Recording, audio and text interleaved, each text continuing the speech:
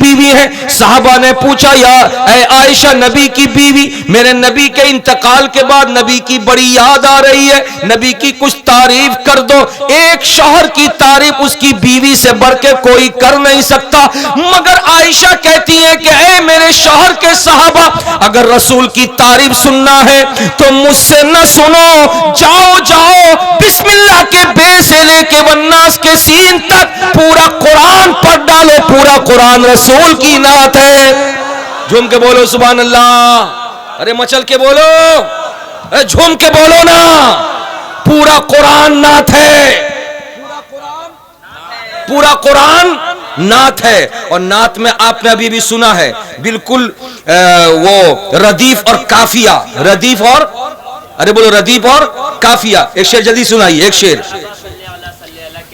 مرحبا صلی علی صلی علی کیا چیز ہے, یہ وظیفہ پڑھ لیا پھر دوا کیا چیز ہے. ارے دیکھا کہ نہیں دیکھا, ارے بولو نا شمیم بھائی, جلدی سنائیے. مصطفیٰ آپ کے جیسا کوئی آیا ہی نہیں, آتا بھی کیسے کہ جب اللہ نے بنایا ہی نہیں. ارے سنا کہ نہیں سنا؟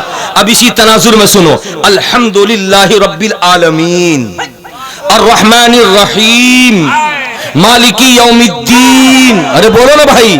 ایاک نعبد و ایاک نستعین اہدنا الصراط المستقیم صراط الذین انعمت علیہم غیر المغضوب علیہم ولا الضالین. ارے بولو نا بھائی پیار سے. اس سے اچھی نعت کون کہہ سکتا ہے؟ جس خدا نے محبوب بنایا ہے اسی خدا نے محبوب کی شان میں نعت بھی کہی ہے. ارے پیار سے بولو, جھوم کے بولو. اور سننا چاہتے ہو تو سنو. قل اعوذ, سبحان اللہ, قل اعوذ برب الناس. ارے بولو نا بھائی. چھوڑو تم سبحان اللہ تو بولو بھائی. قل اعوذ برب الناس ملک الناس الہ الناس من شر الوسواس الخناس الذی یوسوس فی صدور الناس من الجنۃ والناس. ارے بولو نا بھائی. اس سے اچھا اور پیارے نبی صلی اللہ علیہ وسلم کی نعت کون کہنے والا ہے؟ اور آگے بڑھو تو سنو, آپ کو لطف مل جائے گا. جھوم کے بول دو سبحان اللہ, پیار سے بول دو سبحان اللہ. القاریعۃ ما القاریعہ وما ادراک ما القاریعہ یوم یکون الناس کالفراش المبثوث وتکون الجبال کالعہن المنفوش فاما من ثقلت موازینہ فی عیشۃ راضیہ واما من خفت موازینہ فامہ ہاویہ وما ادراک ما ہی نار حامیہ. پیار سے بولو نا بھائی. یہ ہے فن جو ایک قاری آپ کے سامنے پڑھ سکتا ہے. اسی طریقے سے آپ لطف اٹھاؤ. کل کی رات آنے والی بڑی پیاری رات. ماں بہنوں تم بھی سنو. اگر سخاوت حسین برکاتی کی بات دل سے لگ گئی ہے تو تھوڑی سی نقل کل رات میں کرنا, قرآن کھولنا اور کھول کر کے یہ سوچنا میں نبی کی نعت پڑھ رہی ہوں, میں نبی کی نعت پڑھ رہی ہوں. کل کی رات شب برات آنے والی ہے. جو صورتیں یاد ہیں انہی صورتوں کو پڑھنا. الم تر کیف فعل ربک باصحاب الفیل الم یجعل کیدہم فی تضلیل وارسل علیہم طیرا ابابیل ترمیہم بحجارۃ من سجیل. ارے بولو نا بھائی, پیار سے بولو. اب پڑھنا اس کو. دیکھو قرآن سے بڑھ کے کون نعت لکھ سکتا ہے؟ جس محبوب کو خدا نے پیدا کیا وہی جانتا ہے کہ میں نے اپنے محبوب کے ہاتھ کیسے بنائے, محبوب کی آنکھیں کیسی بنائی, محبوب کا چہرہ کیسا بنایا, محبوب کے سر کو کیسے بنایا, محبوب کی زلف کو کیسے بنایا, محبوب کے سینے کو کیسا بنایا, وہی خدا جانتا ہے. اور وہی خدا اپنے محبوب کی نعت کہہ رہا ہے, وہی خدا اپنے محبوب کی نعت کہہ رہا ہے. پڑھتے چلے جاؤ, لطف ملتا چلا جائے گا. مصطفیٰ جان رحمت صلی اللہ تعالی علیہ وسلم کی یہ تعریف ہے. اگر میں پڑھتا چلا جاؤں الحمدللہ, اس طرح میں بہت آیتیں بہت صورتیں پڑھتا چلا جاؤں گا, مگر میں آپ کے سامنے چن کر کے ان صورتوں کو لایا جو صورتیں آپ کو یاد ہیں تاکہ آپ کو زیادہ لطف ملے. کل آنے والی رات شب برات ہوگی, نفل پڑھیے گا, کچھ دیر قرآن پاک پڑھیے گا, اسی انداز سے پڑھیے گا. لیکن میں جو بات بتانا چاہ رہا تھا وہ یہ کہ جب قرآن اترنے لگا تو رسول اپنے صحابہ کو قرآن سنانے لگے تو عرب میں بہت سارے یہودی، بہت سارے مشرک اور بہت سارے گمراہ لوگ کہتے تھے یہ خدا کا کلام نہیں ہے، یہ محمد ابن عبداللہ کی اپنی من گھڑت ہے، اپنی طبیعت سے وہ کہہ رہے ہیں، یہ خدا کا کلام نہیں ہے، یہ خدا کا کلام نہیں ہے، خدا کا کلام نہیں ہے۔ محبوب رونے لگے، رو کے رب اللہ کی بارگاہ میں عرض کیا، مولا تیرا کلام ہے، تو جانتا ہے اور کوئی دوسرا نہیں جانتا، لیکن جو میرے چاہنے والے ہیں نا، میں جیسے ان سے کہتا ہوں کہ خدا نے بھیجا ہے جبریل کے ذریعے تو فوراً وہ سینے سے لگا لیتے ہیں، مگر یہ دشمن ہے جو کہتے ہیں کہ یہ خدا کا کلام نہیں ہے، یہ انسان کا کلام ہے، یہ رسول کا کلام ہے اور محمد ابن عبداللہ کا کلام ہے۔ تو جیسے رسول نے خدا کی بارگاہ میں عرض کیا، رب کی رحمت کو جوش آیا، ایک آیت دے کر کے جبریل کو بھیجا کہ جا جبریل محبوب سے کہہ دے کہ ان تمام دشمنوں کو مخاطب کر کے میری ایک آیت سنا دے۔ کون سی آیت تھی؟ وَإِن كُنتُمْ فِي رَيْبٍ مِّمَّا نَزَّلْنَا عَلَىٰ عَبْدِنَا فَأْتُوا بِسُورَةٍ مِّن مِّثْلِهِ وَادْعُوا شُهَدَاءَكُم مِّن دُونِ اللَّهِ إِن كُنتُمْ صَادِقِينَ۔ محبوب ان لوگوں سے کہہ دو کہ اگر تم کو شک ہے کہ یہ خدا کا کلام نہیں ہے، کسی اور کا کلام ہے، تو لے آؤ اس کلام کی طرح کوئی ایک آیت لے آؤ، ایک سورہ لے آؤ، ایک سورہ لے آؤ۔ اکیلے تو نہیں لا سکتے، اپنے حواریین کو لے لو، اپنے دوستوں کو لے لو، اپنے گھر والوں کو لے لو، لے کے بیٹھ جاؤ، سر جوڑ کر کے سب ملو اور مل کر کے آیت بنا دو، بنا کر کے پیش کر دو۔ اے محبوب سنا دو جیسے رسول نے سنایا تو اس زمانے میں بڑے بڑے عربی داں لوگ تھے، جیسے رسول نے خدا کا یہ کلام سنایا ویسے ہی سب سنتے رہے اور کوشش کرتے رہے، مگر کوشش کرتے کرتے کوئی 105 سال میں مر گیا، ایک آیت نہیں لا سکا، کوئی 110 سال میں مر گیا، ایک آیت نہیں لا سکا، کوئی 150 سال میں مر گیا، ایک آیت نہیں لا سکا، کوئی 75 برس میں مر گیا، ایک آیت نہیں لا سکا۔ ارے لاتا کیسے؟ اگر انسان کا کلام ہوتا میں بناتا یہ اس میں تبدیلی کر دیتے، یہ بناتے وہ اس کو بدل دیتے، یہ بناتے یہ اس کو بدل دیتے، لیکن جس نے کل جہان کو بنایا ہے اس کا کلام ہے، کون بدل سکتا ہے؟ کون بدل سکتا ہے؟ میرا قرآن کل بھی حق تھا، آج بھی حق ہے، ہمیشہ حق رہے گا۔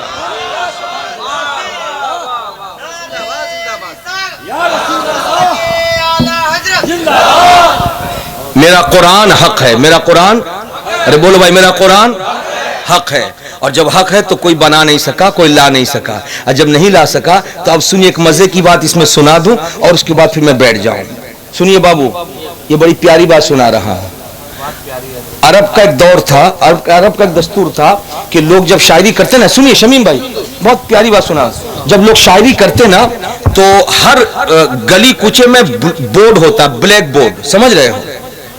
ارے سمجھ رہے بلیک بورڈ آج بھی شہروں میں ہے کہ کسی گلی میں کسی کا انتقال ہو جاتا ہے نا تو صبح صبح اس میں جا کے لکھ دیا جاتا ہے کہ فلاں کا انتقال ہو گیا، عشاء کی نماز کے بعد جنازہ ہے، یا کسی کے یہاں شادی ہونے والی یا دعوت ہے یا کوئی بات ہے تو بورڈ میں لکھ دیا جاتا، جو گزرتا وہ اس کو پڑھ کے سمجھ جاتا، ٹھیک ہے؟